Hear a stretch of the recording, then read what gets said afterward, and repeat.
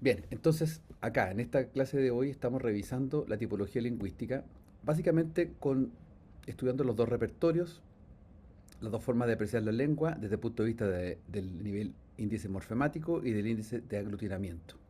¿Ya? Ambos son muy complementarios, aunque son diferentes, porque miden cosas distintas. El índice morfemático mide cuánta información hay en una palabra y el segundo, el índice de aglutinación, mide cómo está pegada esa información.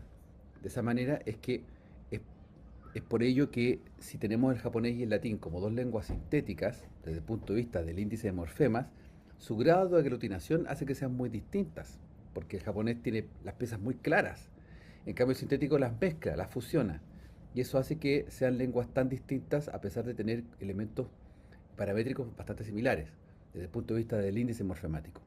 Por eso es importante no solo quedarse con el índice morfemático, sino también ir a los grados de aglutinación. Ambos van a explicar el comportamiento lingüístico. ¿Mm?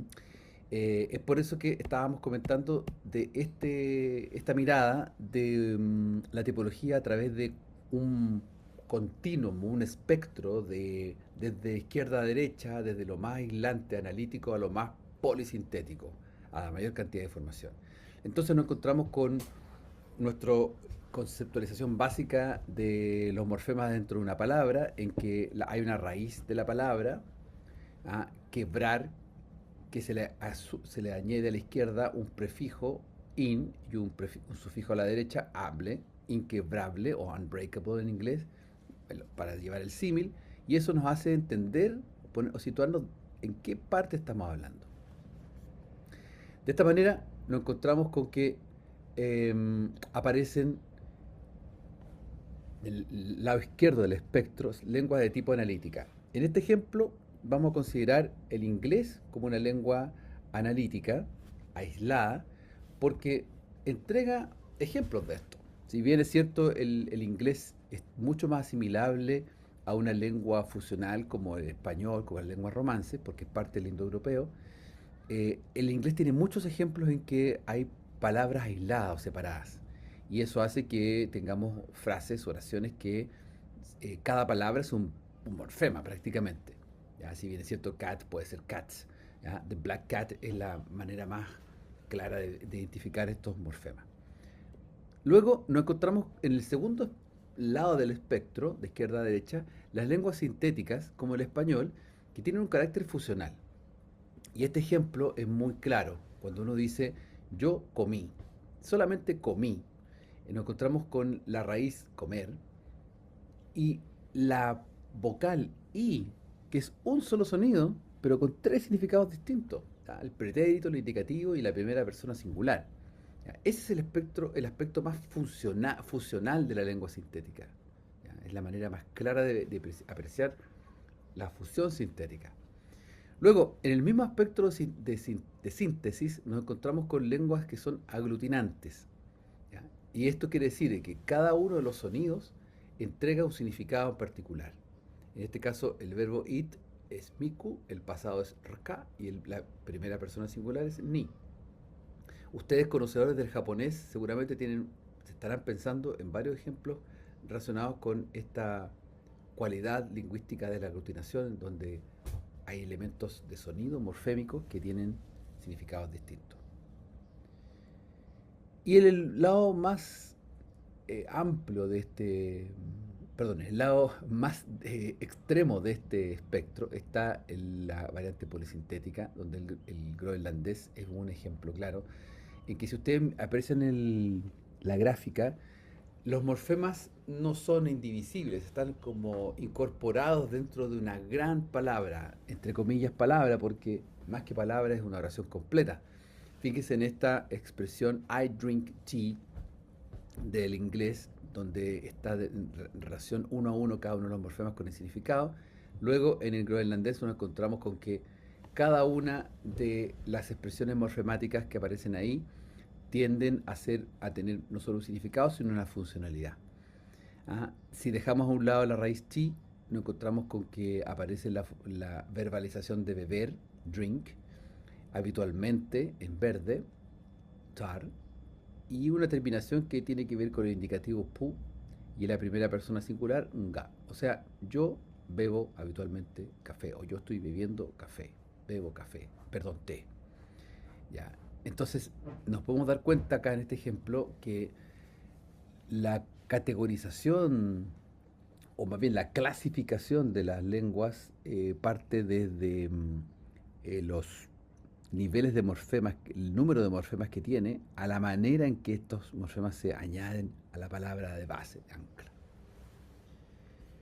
Comentarios, chiquillos, pregunta, ¿me siguen? ¿Me van siguiendo? ¿Se entiende?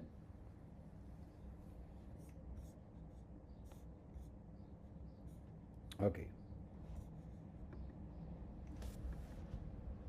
todo bien, dice Carlos. Gracias, muy bien. Estamos, sí, está Carlos, está Geraldine, Joaquín. Bien, entonces acá tenemos un ejemplo ya mucho más performático del Kalal Lisut, en que, fíjense lo interesante de esto, que no es una palabra esto en sí. Eh, eh, la polisíntesis es una incorporación lingüística y eso es muy importante que lo tengan presente. Incorporación. La polisíntesis es incorporación. Es tomar elementos de raíz e incorporarle funciones, morfemas de funcionalidad y morfemas de las partes de la oración clásica. ¿Ya? Entonces, en esta expresión, fíjense lo compleja. Esta es una oración completa. You really can't pretend not to be hearing all the time. ¿Ya? Donde las nominalizaciones y verbalizaciones, o sea, las acciones de poner actantes dentro de la oración, como el tú, el you, ¿ya? Y las verbalizaciones del pretender, del oír, eh, están incorporadas como morfemas que realizan entregan esa información. Entonces, eso es lo que lo hace complejo para un hablante que proviene de otra manera de concebir el índice de morfemas y la aglutinación. Crea una gran dificultad en este caso de cómo poder armar todo esto. Ya. No vamos a analizar este tipo de casos porque solo vamos a ver algunos ejemplos para poder tener idea y comparar con respecto a los otros tres tipos. Ya, pero acá nos encontramos entonces con un ejemplo muy claro al respecto. Acá nos encontramos con un ejemplo de morfología y derivación polisintética. Fíjense que la primera palabra, speak, oka, que es speak, de hablar lenguas, se le suma la palabra asec, que es tool, en naranjo. Después a este speak tool se le agrega en verde y naranjo respectivamente fellow, pair of. Ya oka hace kati kit, significa oración. Luego la misma frase, la misma raíz oka, ya se le suman más sufijos, tool, ya, fellow, pair of, work with, abstract, part, participio. Hace, quati, gi, lerri, nec. Trabajar con oraciones. O sea, la definición de sintaxis en, en el groenlandés es así, tal cual como parece. Trabajar con oraciones, entre comillas. Ya, esto nos muestra varias cuestiones, un montón de observaciones. Solo me voy a quedar con dos grandes observaciones. La primera, el hecho de que hay una raíz a la que se le agregan, se le incorporan no solo significados, sino se le incorporan procesos, como el nominalizar, verbalizar y nominalizar finalmente. ¿Ya? Que eso es parte de, por eso se le llama incorporación a la polisíntesis, porque tiene estos elementos gramaticales que se incorporan a la raíz de base. Y cómo, fíjense cómo cambia algunos sonidos finales, se van incorporando algunos sonidos finales para acomodarse morfofonémicamente. ¿Dejan? Ahí estoy haciendo clic en el cambio de los afijos. Bien. Vamos a revisar entonces un ejercicio de identificación morfológica y sintáctica. A ver cómo vamos con eso. Ya necesitamos revisar. Ojalá Geraldine puedas tomar, no solo seguir caminando, sino poder mirar estos ejemplos con atención. Ya, estos son los cuatro que vamos a ver. Les voy a proyectar uno cada uno. Ya, estos cuatro ejemplos son de cuatro lenguas distintas. No nos importa qué lengua es, solo nos importa poder precisar cuál es el tipo de aglutinación que tienen y cuál es el tipo de orden que tiene cada una de estas lenguas. ¿Cómo lo vamos a revisar? Vamos a ver la primera oración. Fíjense que en esta primera oración nos encontramos con que, o primer ejemplo extracto, la primera línea es la transcripción morfofonémica. Fíjense que dice tejo, después guión, p, otro guión, ¿ah? Elichel, otro guión, an, otro guión, ch, y otro guión, esh. Cada uno de estas separaciones morfémicas por guiones está en correlación a la segunda línea donde aparece la glosa en inglés. ¿Ya? Buy, comprar, inco, en altas, que significa aspecto incoativo, entrega la información gramatical, que enfatiza el comienzo de una acción. Es como cuando uno dice, eh, yo empiezo a caminar, ¿ya? Esto totalmente incoativo. Después viene el tercero, clothing, que es ropa. Después viene nuevamente en mayúscula, TR, que es la transitividad. Después, primera singular objeto. Y después, tercera singular sujeto. Es decir, nos están entregando la información de significados y la información gramatical respectiva. Por ende, esa oración, la primera línea, se transcribe, se traduce, entre comillas, he bought me some clothing. Ya, me compró alguna ropa. Más abajo de esto aparece el detalle de cada una de las funciones gramaticales. Entonces, cuando nos encontremos con ejemplos de esta naturaleza, podemos hacer lecturas distintas. Primera lectura, podemos hacer la lectura del orden de los componentes y podemos hacer la lectura de cómo funcionan los morfemas dentro de esta oración. ¿Se fijan? ¿Se entiende?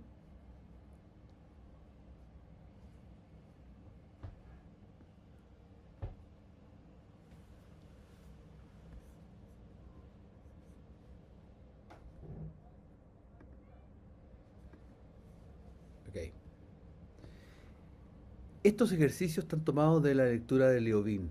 Por favor, lean el libro Liobin, lean las páginas que les estoy recomendando leer porque ahí están las explicaciones y los análisis correspondientes. ¿Ya? ¿Ya? Yo estoy tomando algunas cuestiones para la clase, pero es imprescindible que hagan esa lectura para que tengan la nomenclatura y puedan explicar mejor las observaciones de las oraciones de los segmentos que vamos a revisar en la prueba y obviamente en el trabajo. Fíjense que acá les voy a entregar las respuestas de la primera. Nos encontramos con una oración de tipo BSO, porque fíjense que el verbo aparece al inicio, buy, ¿ya? Con la noción de incoativo. Después aparece el objeto, la compra, el clothing, ¿ya? Y después aparece la oración, la información de sujeto, que es el sujeto que es el, tercera singular, que es lo que hace la compra. Funcional, ¿por qué? Porque no es ninguna de las anteriores, no es analítica en sentido estricto, eh, no es aglutinante, porque no hay un elemento al cual se le aglutina hacia la izquierda o hacia la derecha, no es polisintética porque no hay incorporaciones de información entre medio de, sino que representa una estructura bastante ordenada, de tipo funcional, como la que uno tradicionalmente está expuesto en el habla mismo. Está el verbo con el objeto, ¿ya? Con su marca a la derecha, y luego viene el pronombre personal al final. Ya, el orden hace que uno se pueda confundir, ojo con eso, pero el carácter es funcional, no tiene otra caracterización. ¿Ya? El hecho de que sea B o S puede que nos eh, produzca una sensación de que estamos con una lengua aglutinante, por sentir la sensación de que está hacia el final. Vean este segundo ejemplo, ahora analícenlo ustedes. Fíjense que aquí hay una clave interesante. Hay dos cosas que mencionar y los dejo para que lo puedan analizar. Tenemos chica, yiku, man, la, que eso significa flor, mi, plural, hacia, solo. Después tenemos el siguiente segmento, pa, wa, san, ku, chu, que significa fly, progresivo, eh, pronominal, plural y Q pronombre. Entonces la oración Are they only flying toward my flowers? Que sería algo así como ellos están volando hacia mis flores, como que estos pajaritos van volando hacia mis flores. Tiene un orden y un tipo. Una salvedad importante. En lugar del objeto,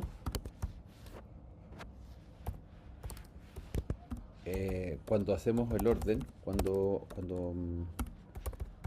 proponemos un orden, eh, puede ser tomado por el circunstancial. ¿Ya? Es decir, cuando tenemos predicado, en cualquier oración de cualquier parte del mundo vamos a tener siempre objeto directo más objeto indirecto más circunstanciales. ¿Ya? Entonces, en este caso, si no tenemos objeto, porque acá en esta oración no hay objeto, eh, no hay objeto, ¿por qué? Porque estamos diciendo que ellas van volando hacia mis flores. Hacia mis flores es un circunstancial. Entonces, ese toward my flowers podría estar ocupando el lugar del objeto en términos del orden. No sé si me explico. Para efectos de hacer el orden. ¿Se entiende lo que estoy planteando?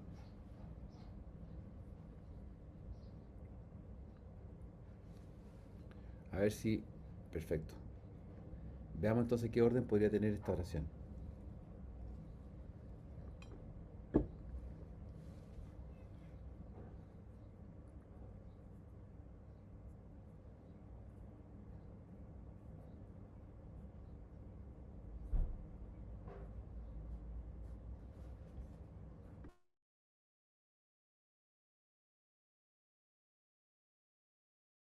Ya, ok, OBS. Perfecto. Eso es. Como no hay objeto, y si tenemos un lugar circunstancial tomando la posición del objeto, ahí está, por ahí va. Objeto, verbo y sujeto. Y desde el punto de vista del grado de aglutinación, ¿qué podríamos decir al respecto? ¿Con qué nos encontramos?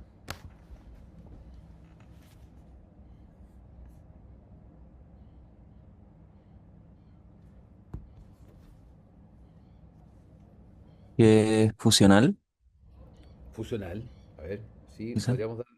Sí, porque a las dos raíces de las que se compone esta palabra le va agregando más información simplemente con marca morfosintáctica.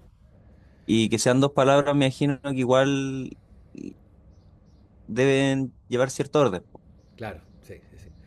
Ya, bueno, mira, aquí hay una pista visual que entrega el ejemplo, más bien de un punto de vista didáctico, que es la aglutinación. Sí, parece que fuera tal como tú mencionas, ya, y está bien plantearlo, ir hipotetizando eso.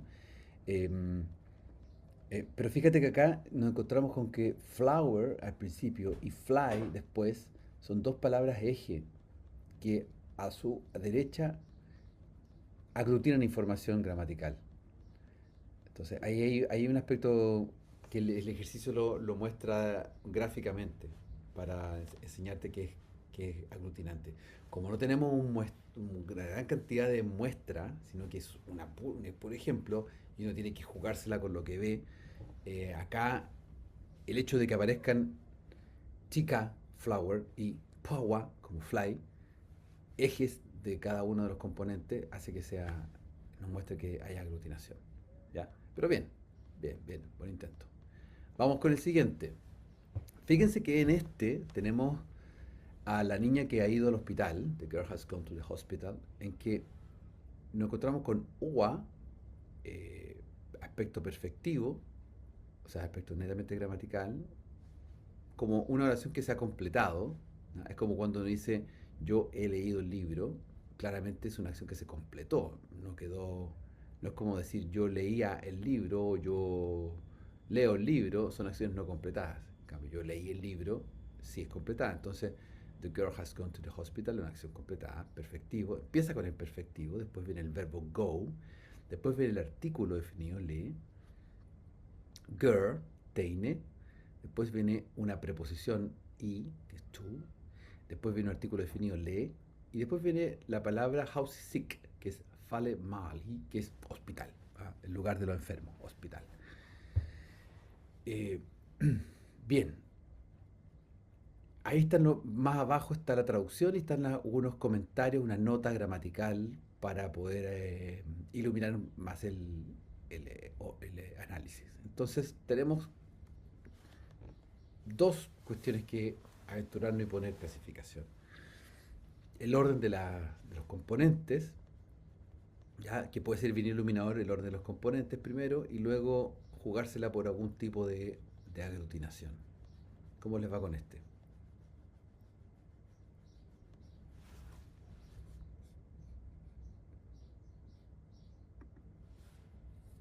Carlos, ¿qué te parece a ti, Geraldine? ¿Qué verbo sujeto objeto? Verbo, sujeto, objeto. Sí. Bien, súper. Verbo, sujeto, objeto. Claro, porque tenemos el sujeto está al final, o sea, digamos, perdón, verbo inicia, por supuesto, la acción de ir, después viene el sujeto, la niña, y después al final, en vez de tener el objeto propiamente tal, tenemos la circunstancia, el lugar donde va, al hospital. Entonces el lugar ocupa la posición del objeto, en ese sentido, tal como lo comentamos aquí hace unos minutos. Bien, súper.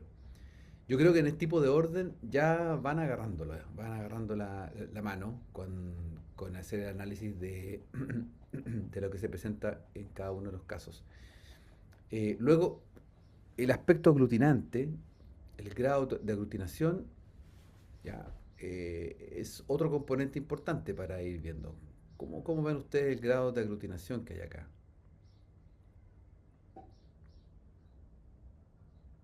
¿Cómo lo ven? ¿Qué les parece? Hay un elemento nuclear, hay una izquierda-derecha, hay alguna incorporación.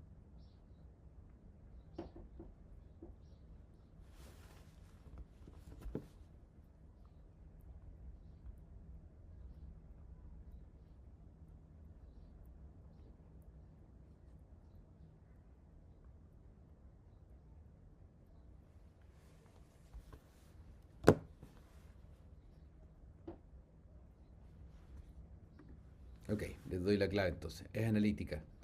Analítica tipo uno, tipo chino. Fíjense cómo cada uno de los componentes están separados. ¿Ah? De hecho que, fíjense hasta el hecho de how sick, fale, ma, hi. O sea, es un morfema separado de otro morfema para entregar información. ¿Ya? Aquí tenemos un ejemplo muy típico de analítico. Vamos por el último. Em, Across the river there was a bridge. ¿Ya? Yo inmediatamente les digo que hay un aspecto impersonal en esta oración, porque si la traducimos al español, incluso si la vemos en inglés, vemos que across the river there was a bridge, o sea, hay un puente al otro lado del río. No es una expresión, es una expresión descriptiva eh, sobre un hecho lejano, no es un actante que está ejecutando una acción. Entonces, no hay sujeto, hay sujeto impersonal. Es como cuando uno dice en español, hoy llueve. Llueve, no es que alguien ejecute la acción de llover, sino que simplemente llueve. Ocurre acá lo mismo, hay una impersonalidad. Y luego de la impersonalidad está la acción y está el lugar hacia donde se produce esto. Fíjense que hay una indicación interesante acá que habla de un caso preposicional donde aparece una posposición. Pero ok, eso, datos de la causa. ¿Qué orden de oración podríamos, qué orden de palabras nos encontramos acá?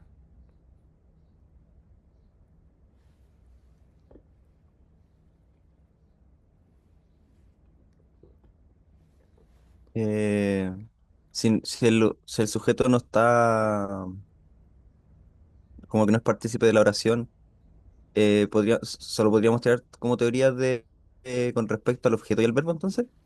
Claro, solo objeto y Y verbo. O sea, sujeto impersonal más sujeto y verbo. Más objeto y verbo. entonces las posibilidades sería cualquiera que tenga al objeto antes del verbo. Claro, claro. Debería ser así. Antes del objeto, el objeto antes del verbo. Exacto. O sea, nos podríamos encontrar con este tipo de respuestas. Podríamos decir sujeto impersonal más objeto y verbo o objeto y verbo más impersonal. Daría lo mismo, ambas, en ese sentido. Bien, bien, Joaquín. Mm. Eso es. Gracias. Y tenemos también la incorporación, la aglutinación. Hay una aglutinación desde, fíjense, bueno, está la preposición that, river, across, bridge. Bridge es el elemento central que tiene elementos al principio, después was, que tiene el verbo que tiene elementos hacia la derecha. Ya, eso es. Bien, hay unos ejercicios que yo les dejé, todos estos ejercicios están arriba en la carpeta y tengo la sensación de que no han hecho ningún otro ejercicio. ¿Han podido avanzar en algún ejercicio?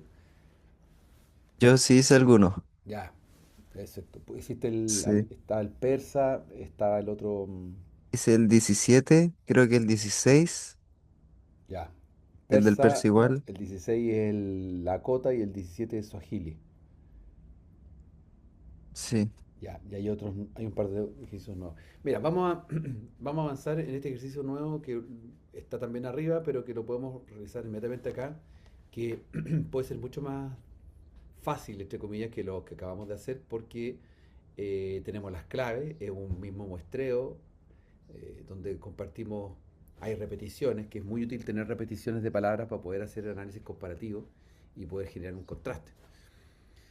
Entonces, chiquillas, chiquillos y chiquilla, que estáis presentes. eh, bueno, miren la pantalla, revisen. Doy unos 5 minutos para que trabajen por su cuenta y puedan examinar qué es lo que hay acá. Fíjense que en el turco de la izquierda son oraciones simples, en pasado. Eh, I bought meat, yo compré carne, él compró carne, yo escribí una carta, él escribió una carta. Después más abajo tenemos la número 7, la carne es costosa. Después 8, la carne es costosa. La 9, la carne es costosa de nuevo. Y en la 9 hay una excepción porque la 9 no es gramatical. Está marcada, entonces vamos a ver por qué no es gramatical. Pero lo primero. Las primeras 3, 4, 5 oraciones nos van a dar la clave para poder ir analizando el resto. Ya, los dejo 5 minutos, yo estoy acá, pero los dejo 5 minutos para que puedan echarle mano a esto, una revisión. Desde ahora ya.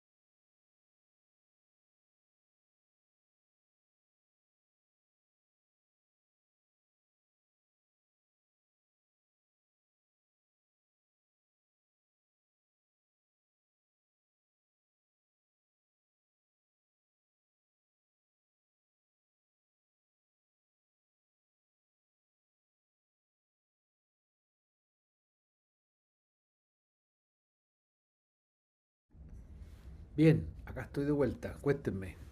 ¿Pudieron avanzar algo? ¿Revisar algunos de los componentes que aparecen aquí? Sí, Ya, bien. Bien, bien. Coméntame algo que te hayas percatado al revisar los primeros dos ejercicios, et aldim, et aldi. tiene que el sujeto de la oración está al final Ya, bien, bien, bien. con dim o di, que eso se va repitiendo en cuanto a las de abajo. Claro, Tiene una estructura de objeto, verbo, sujeto. perfecto. Bien. Et Eh, aldim y también el mektub, mektub. Mektub, yazdi, mektub, yazdi. ¿Cierto? sí, Sí, exactamente. Bien. el objeto sí, sería en este caso et, que sería la carne, maktub Claro, la carta. exacto. Entre la 4 y la 5 Sí, se ve que maktub, que es la carta, cambia en vez de la P por un bu claro. y le agrega el artículo definido. Exacto. O sea, Entonces es una marca como de... claro. El objeto Sí, directo es marcado. El mektub, mektubu es objeto directo marcado, marcado o no marcado, definido o indefinido. Bien. Y después tenemos, sí. sí, continúa así, et aldi, et pajalí, ¿qué viste por ahí? ¿Llegaste ya? Entre las 6 y las 7 ¿Sí? eh, puedo ver, o sea, el objeto acá, pero cambia. Eh, por ahora simplemente creo que debe ser por temas fonéticos, Ujú. que el objeto tiene distinta marca al del 5 para indicar que es como la carne. Claro, eti aldi. No, Así no que dice eso et bu, sino que es eti. Et bu no, no, no no existe es et bu, sino que existe ético, eti claro. como para marcar la carne. Exacto. Bien, bien, bien. Ya con eso ya tienes Después un más, 70% del avance. Sí, aprox. De- sí, sí, continúa. después el tema de la no gramaticalidad. Ah, no, antes de eso, la que tiene como dos opciones, pero básicamente es como una frase adjetiva, Ya. que al no tener como una oración verbal en la que recae con un objeto Ujú. la acción, simplemente se dice el objeto, como en este caso sería ya el sustantivo de la oración, más una característica. Entonces sería como la carne, en este caso cara, y el Exacto. adjetivo iría en posposición del objeto que modifica, o del Ya. sustantivo. Sí, o sea, Y dale nomás, dale, dale. Y con la 9 el tema de que no es gramatical, me imagino que es por, al no ser, o sea, que la marca, la I en ti, Sí, solo se puede colocar si es objeto de la oración. Pero como esta es una oración en la que realmente el sustantivo, al ser una oración adjetiva, eso es lo que no es gramatical. perfecto. Como que no, esa I solo va Súper, al súper, objeto. súper. Exactamente. Nos encontramos con que, como es una oración que perdón, es una frase, sí, no, es una oración, sí. Una oración de atribución predicativa, porque es un adjetivo el que se está calificando a la carne, no es necesario, no es objeto. La marca I, tanto la marca bu como la marca I, tienen relación con objetos directos en oraciones transitivas. Y esto es una oración no transitiva, es una oración adjetiva, de predicación adjetiva se llama, y en ese sentido, et pajalí, ya con eso nos basta que estamos hablando que la carne es cara, costosa, y eti pajalí no corresponde a la realidad. Claro, y uno lo puede ver en Mektub Güzel, que Mektub también es la carta, y Güzel es una hermosa carta. No, no existe Mektubu Güzel, sino que Mektub Güzel. Ok, bien, entonces ya tenemos el ejercicio. ¿Mm? Por ejemplo, ¿cómo uno pregunta cosas en este tipo de ejercicios? ¿Cuáles son las respuestas, las preguntas y respuestas que uno se hace? La primera pregunta que uno se hace es poder, o el desafío más bien, es poder listar los morfemas del turco y ponerles, como están ahí, listar todos los morfemas del turco y después realizar algunas observaciones sobre la muestra. ¿Mm? En este caso, la única apreciación que te hago de tu análisis, Joaquín, es que la letra D en las primeras oraciones tiene que ver con el pasado. La noción de pasado es con la letra D y los otros elementos son al, comprar, jazz, escribir. El- la primera persona singular es im y la tercera persona singular es i. Entonces, yazdim, por ejemplo, yaz, escribir de pasado, im, primera persona, yo escribí. Yazdim. Em, Luego, carne y carta están listos y sus marcas de objeto directo también y los adjetivos también. O sea, tenemos el listado completo ya hecho. Observaciones que podríamos hacer. Bueno, hay cuatro características de la muestra que podemos entregar acá. Dos son fundamentalmente, digamos, dos son obligatorias para poder entender cómo funciona esta muestra de lengua. La diferencia en la relación gramatical eti y mektubu, que Joaquín ya la explicó, y la falta de gramaticalidad en eti pajali, que también la explicó. Entonces ahí tenemos cuatro observaciones. Primero en relación con el objeto directo, mektubu eti. Luego el orden sujeto, objeto, sujeto, también que mencionamos. Luego la I que solo aplica a objeto directo, en el caso de eti, pajali, eti. Y la D que es el pasado. O la hipótesis que nosotros tenemos de que es el marcador de pasado. Entendiendo que el turco es una lengua aglutinante con morfemas marcados, es muy altamente probable que la D sea el pasado porque todo está marcado. Todo está marcado con un morfema por ser una lengua aglutinante. Entonces eso nos sirve, por ejemplo, para hacer el análisis final de esta oración. Si yo les pido en la prueba realizar este ejercicio, ustedes pueden aquí describir estas características que acabo de mencionar yo, más otras observaciones que tengan que ver con la distinción que ustedes ya van a manejar sobre lo que es aglutinante y no aglutinante. Hay otro ejercicio, también lo vamos a hacer muy rapidito acá, porque es muy rápido de hacer, fácil. El malayo indonesio. Tenemos dos columnas, de la 1 a la 8A y de la 1 a la 8B. Fíjense que hay un cambio de morfema. Bawa cambia a mambawa, dapat a mandapat, gangu a mangangu, doron a mandoron, etc. Entonces, ¿cuáles son los alomorfos que hay acá presentes? ¿Ya? Pensando, eh, pensando en alomorfos como, perdón, pensando alomorfos como en el caso de impersonal o innombrable. ¿Ya? En esos dos ejemplos nos encontramos con que el prefijo im o el prefijo in corresponden a la misma noción de negar algo, de decir que no a lo que viene a continuación. Entonces, aquí ocurriría exactamente lo mismo. Nos encontraríamos con morfemas, alomorfos de un morfema. ¿Cuáles son los alomorfos del morfema? ¿Cuál es, digamos, el morfema que significa y cuál sería el alomorfo?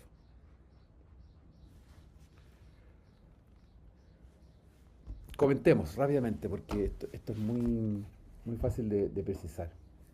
Los sonidos MD, ND, ¿cómo decirlo? Esta N am, nasal, esta Claro, que es como una N, la G, que se combina con la G, exacto, asimismo con una vocal, con la H, eso. exacto. Ah, y la ND, creo que no lo vi. Perfecto. Entonces, ¿cuántos serían los alomorfos? Uno, dos. ¿Se cuentan en relación a en pares o la cantidad de veces que varía? Se cuenta la cantidad de veces que se manifiesta. No importa la cantidad de veces que aparezca, sino la manifestación. Nos encontramos con que, No, es que lo pensaba desde que este ah, sería un alomorfo, pero es un alomorfo cuando se combina con G, cuando se combina con vocal, y esos serían dos, o sería solo uno. ya, ya. Es que primero, mira, primero es declarar cuál es la función. La función que hace que Bawa, bring, se transforme en bringing. Eso es mam. Mam Bawa. Mam es el morfo que hace que bring se transforme en bringing. O sea, cambia a un progresivo, a un gerundio.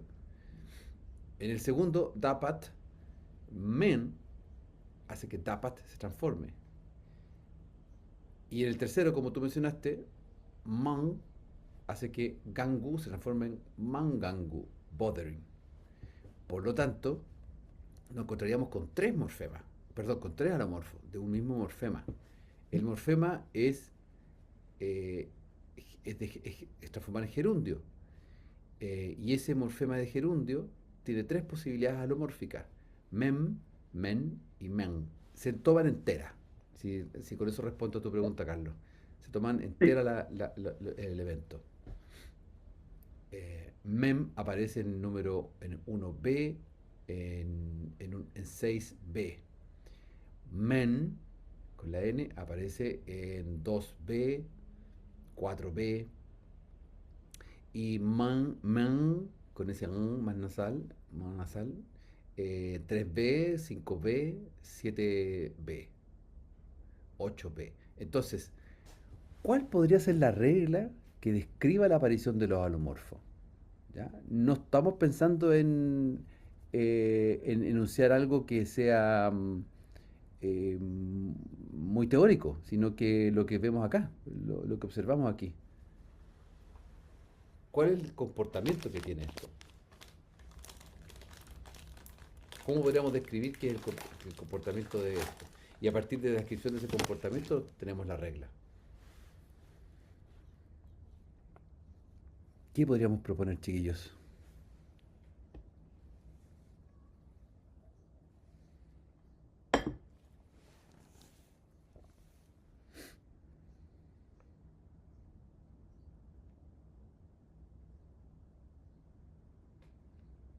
¿Se les ocurre algo? ¿Qué podríamos escribir? ¿Cuál sería la regla?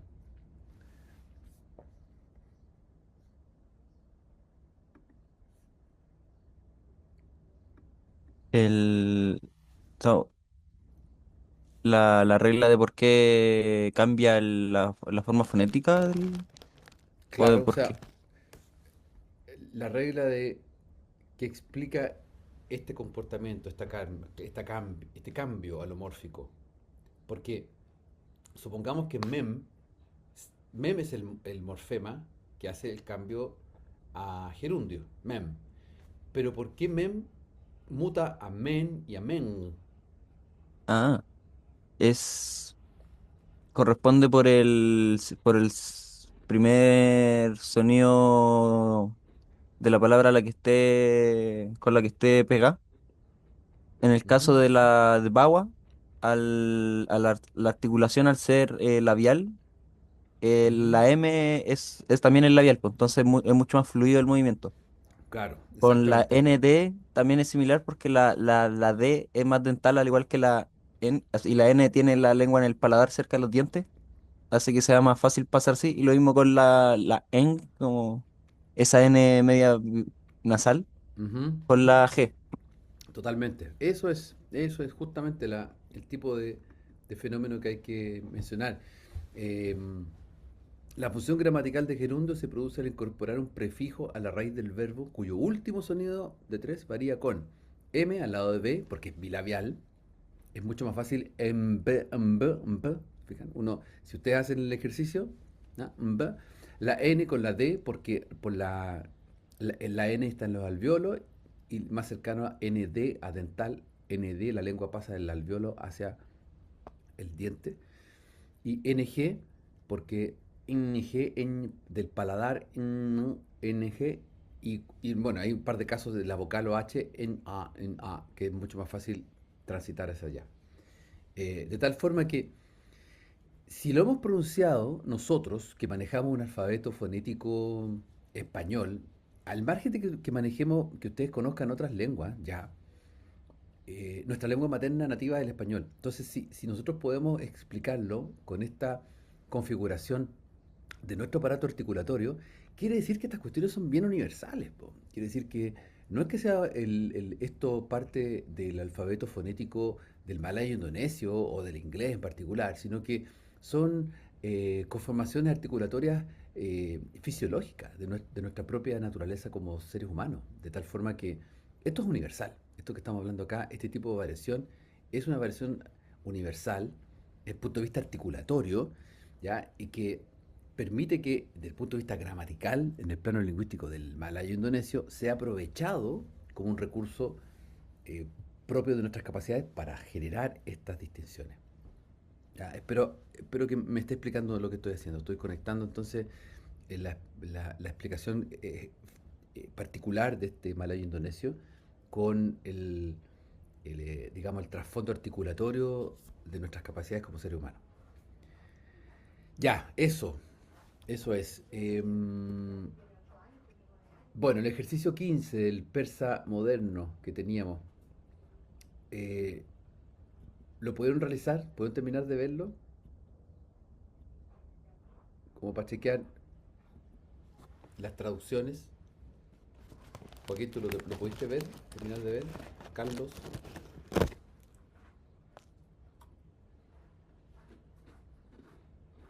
Sí, sí lo hice. súper. Carlos, ¿pudiste hacerlo? Geraldine, ¿pudiste hacerlo?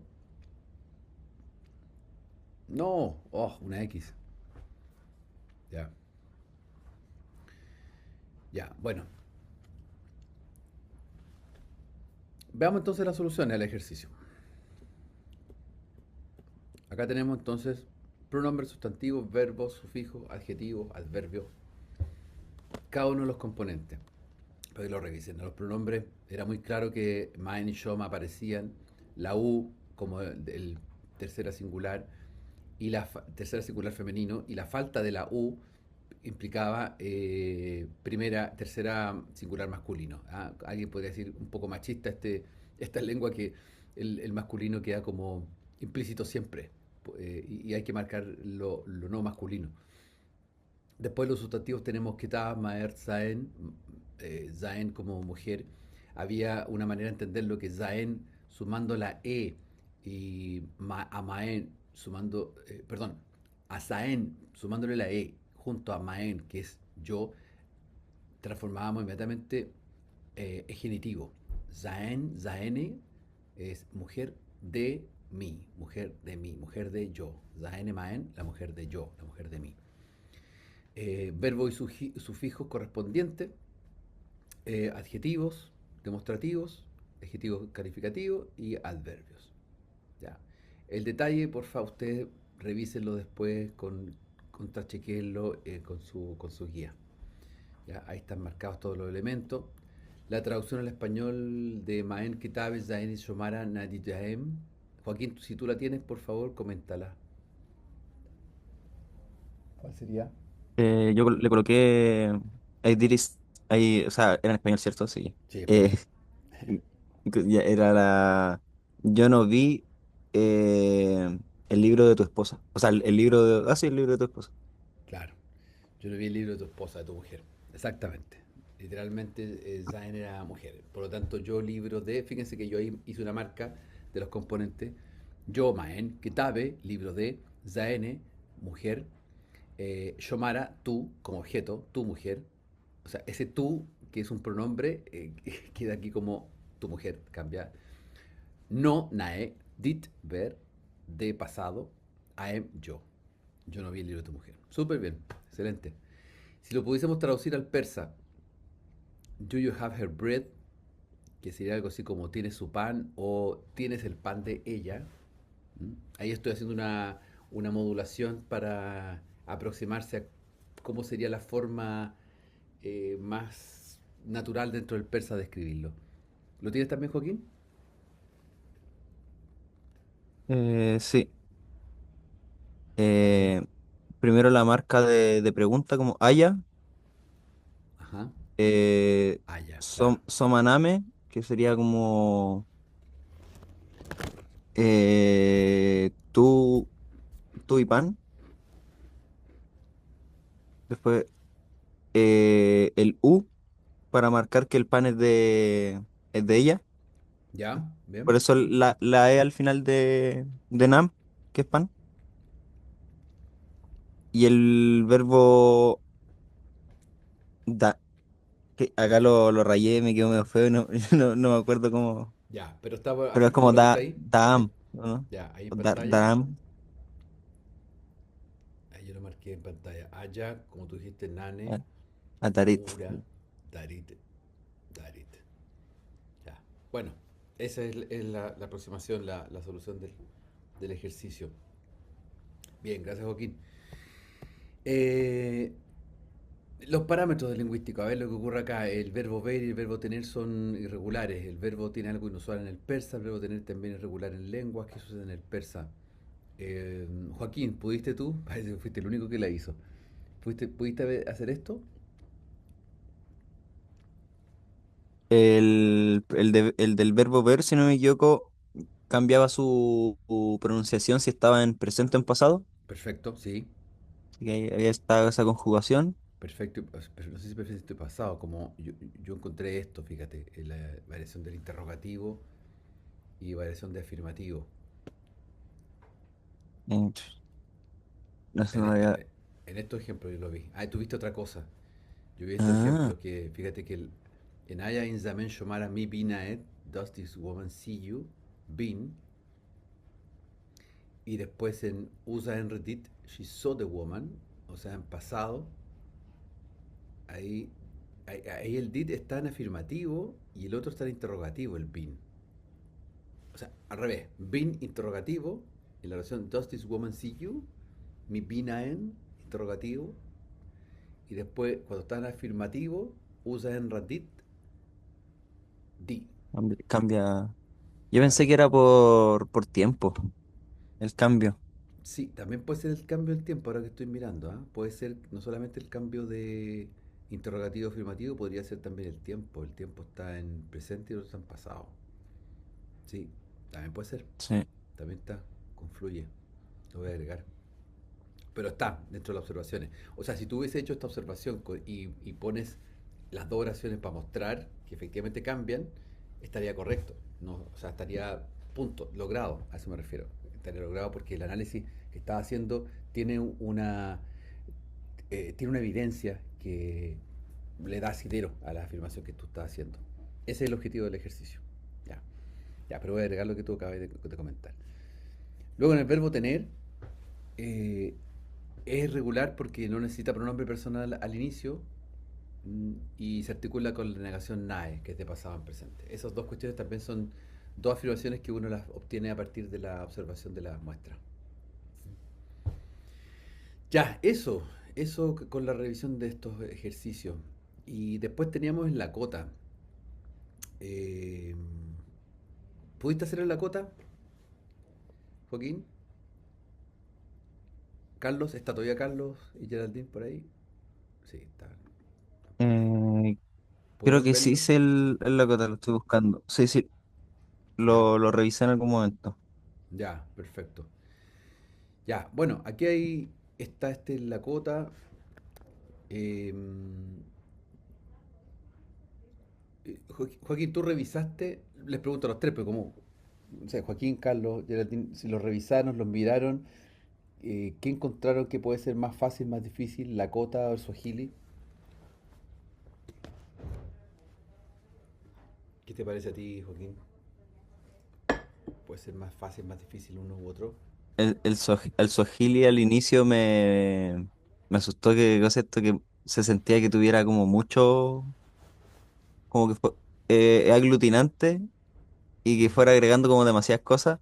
Igual me asustó en comparación Ya, al del ejercicio 16 que son como más cortitos las claro. palabras, pero igual me gustó más al final el Swahili, como, Sí, tiene. como que al darle más tiempo al mirar, yo lo ordené con cosas similares que tuvieran, que estuvieran hablando como del verbo, como juntar todos los que hablaban de escribir, todos los que decían de leer, y ir identificando las piezas al final no se vuelve tan, ex- tan extraño, como que están todas muy bien ordenaditas.